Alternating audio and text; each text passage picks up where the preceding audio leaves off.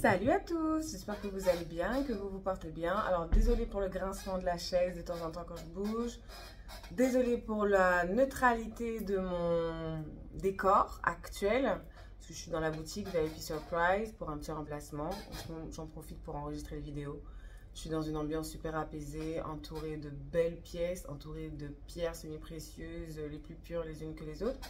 Donc je trouve que l'énergie est plutôt appropriée pour que je puisse vous donner le meilleur de moi-même.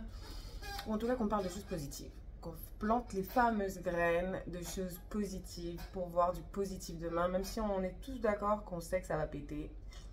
Pas besoin de parler de ce qui s'est passé. L'Ukraine est passée par là. Ou non, maintenant on est sur la Palestine et Israël. Ou pardon, c'est le Congo en fait. Oh, et peut-être que c'est le Yémen. Ah, et si on descendait en Amérique du Sud, on serait peut-être surpris. Et si on allait du côté de l'Océanie, on serait encore plus surpris. Enfin bon, bref. Je ne suis pas là pour parler de l'actualité. Cette partie de ma vie fait partie du passé. Donc, on revient sur les thématiques qui nous font du bien, qui ne sont pas du tout stressantes et au contraire qui nous donnent encore plus envie de faire et d'être et de développer. Et bref, l'amour, le bien-être, le respect. La deuxième partie aujourd'hui, comme promis, de cette fameuse vidéo sur l'aide, comment recevoir de l'aide et comment donner de l'aide. Alors on voyait la dernière fois que pour donner de l'aide, il y a 3 conditions déjà à respecter entre guillemets. Je ne vais pas les répéter parce que comme ça vous regarderez la première vidéo. Mais il n'y a pas que ça. Surtout que, entendons-nous, dans la notion d'aide dont je parle, il est question de parler de personnes qui sont entre guillemets au même niveau que nous, envers qui nous n'avons aucun rapport de subordination ou enfin aucun rapport hiérarchique. Je ne parle pas des personnes âgées, entendons-nous, ni des enfants. Ne soyons pas dans l'absurde, n'est-ce pas? Je ne suis pas en train de vous dire qu'il faut attendre qu'un enfant vous demande de l'aide pour l'aider ou attendre qu'une personne âgée en détresse physiquement ou une femme enceinte en détresse physiquement vous demande de l'aide pour que vous l'aidiez. Ça tombe sous le sens que vous n'avez pas besoin d'attendre, que nous n'avons pas besoin d'attendre la formulation d'une demande pour aider dans ces cas-là. Mais sinon, d'adulte à adulte, entre guillemets, oui, là, c'est pas pareil. Maintenant, il y a ce rapport où on veut apporter de l'aide à quelqu'un. Enfin, oui, donner de l'aide, bref. Maintenant, on veut recevoir de l'aide, pardon. Comment recevoir de l'aide? Eh bien, plus souvent que rarement, on vous aide à votre insu. Plus souvent que rarement, vous recevez de l'aide, vous recevez des signes, vous recevez des informations qui vous aident. J'ai envie de vous dire presque quasi quotidiennement en général. Mais comme nous ne sommes pas à l'écoute, comme nous ne sommes pas attentifs à ça, comme nous sommes concentrés sur d'autres choses, nous ne comprenons pas l'information comme étant une aide, une ressource utile. Au-delà des conseils qui tombent comme ça, sans qu'on les demande, parce qu'entendons-nous, hein, là encore, c'est pas parce qu'on réagit mal à un conseil qu'on n'a pas demandé que ça veut dire que ce conseil est inutile. Je parle juste en tant qu'être humain. En tant qu'être humain, on sait comment fonctionne être humain adulte, majeur et vacciné dans la société actuelle au 21e siècle, en 2023-2024. Ouais, c'est vrai qu'un autre adulte vient nous voir et nous dit « tu devrais faire ci, tu ne devrais pas faire ça », on va mal le prendre. Mais il n'empêche que ça ne veut pas dire que ce conseil était inutile. Je pense que ça, il faut qu'on arrive à l'entendre. Et plus souvent que rarement, donc, les réflexions que les autres nous font, dites gratuites, dites agaçantes, dites chiantes, ben dans le fond, elles sont utiles. Et là, je suis désolée de vous décevoir, hein. Peut-être que vous vous attendiez à autre chose comme apport, comme information, comme conseil. Mais concrètement, non.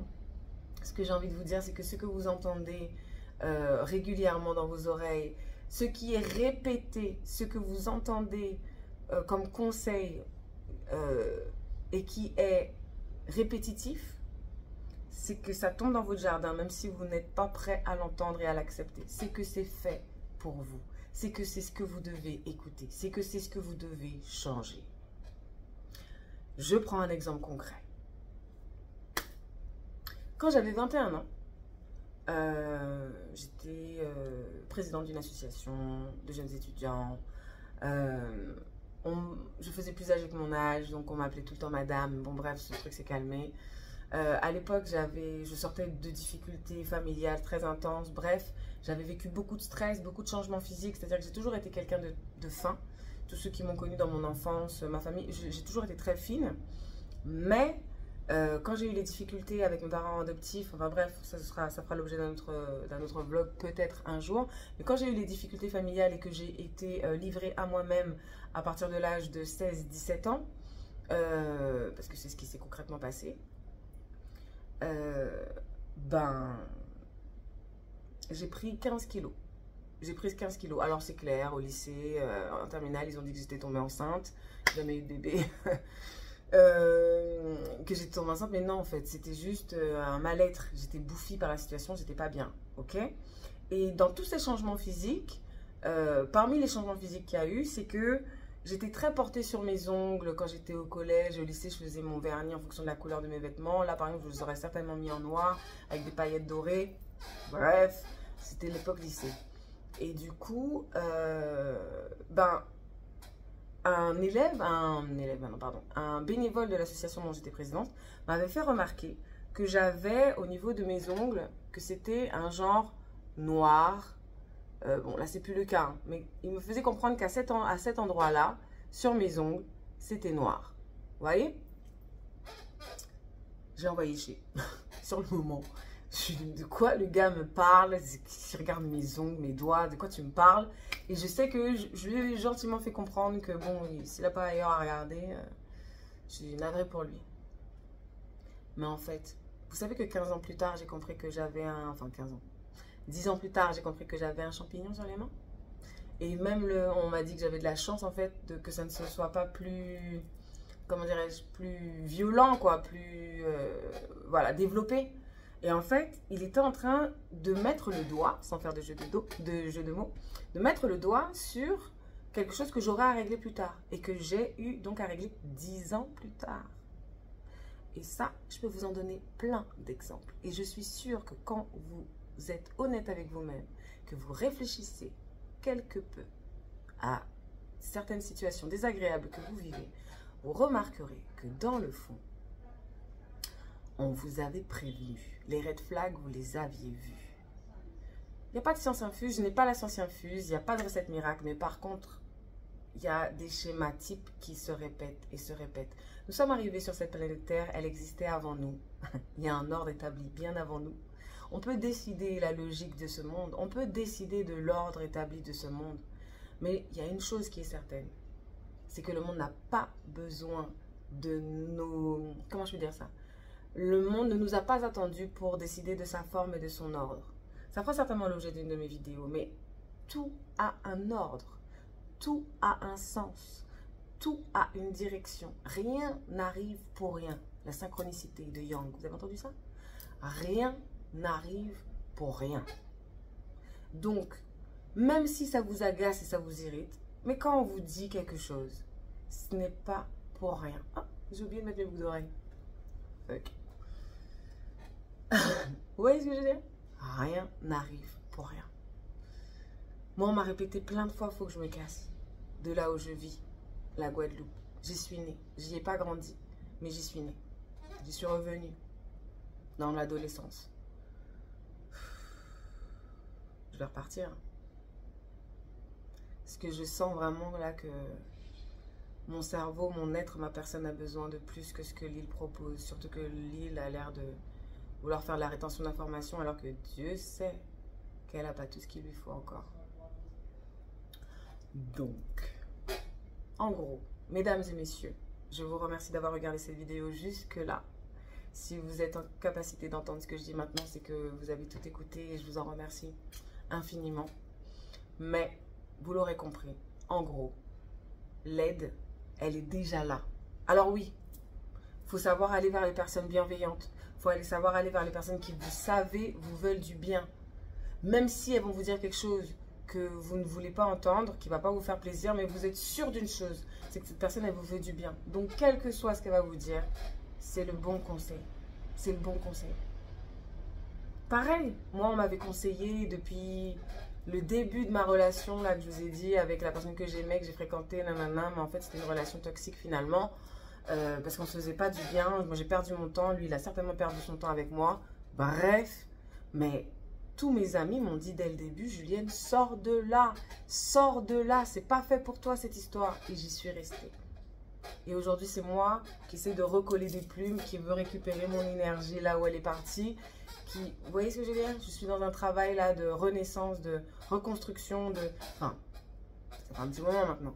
Mais en gros, j'ai cherché mon problème, c'est ça que je suis en train de vous dire. J'ai cherché mon problème, je dois assumer les conséquences de mes erreurs, de mes mauvais choix. Et ça aussi, je pense que c'est utile. Quand on se retrouve à avoir besoin d'aide à l'âge adulte, c'est qu'on doit entendre qu'on a fait au moins un mauvais choix. Se remettre en question, c'est la première étape de s'apporter de l'aide et demander de l'aide pour ne pas faire fuir les autres. Parce que quand c'est toujours la faute des autres, vous pouvez être sûr d'une chose, c'est que peu de personnes vont rester à vos côtés pour vous aider. Parce que si vous ne le voyez pas, mais d'autres personnes voient votre responsabilité dans votre échec, dans votre inconfortabilité, je ne sais même pas si ça se dit, dans votre inconfort. Vous êtes responsable de votre inconfort. Quoi qu'on dise, quoi que vous pensiez. Vous êtes responsable des personnes que vous fréquentez, des mauvais choix, des attitudes que vous développez. Nous sommes responsables de ce que nous vivons, de ce que nous faisons, de qui nous fréquentons.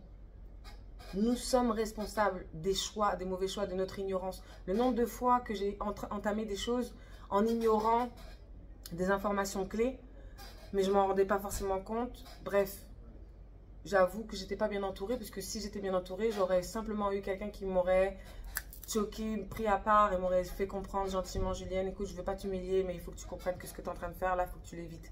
J'aurais adoré avoir quelqu'un qui me dise ça. Je ne l'ai pas eu, c'est pas grave. Je vous le souhaite de l'avoir.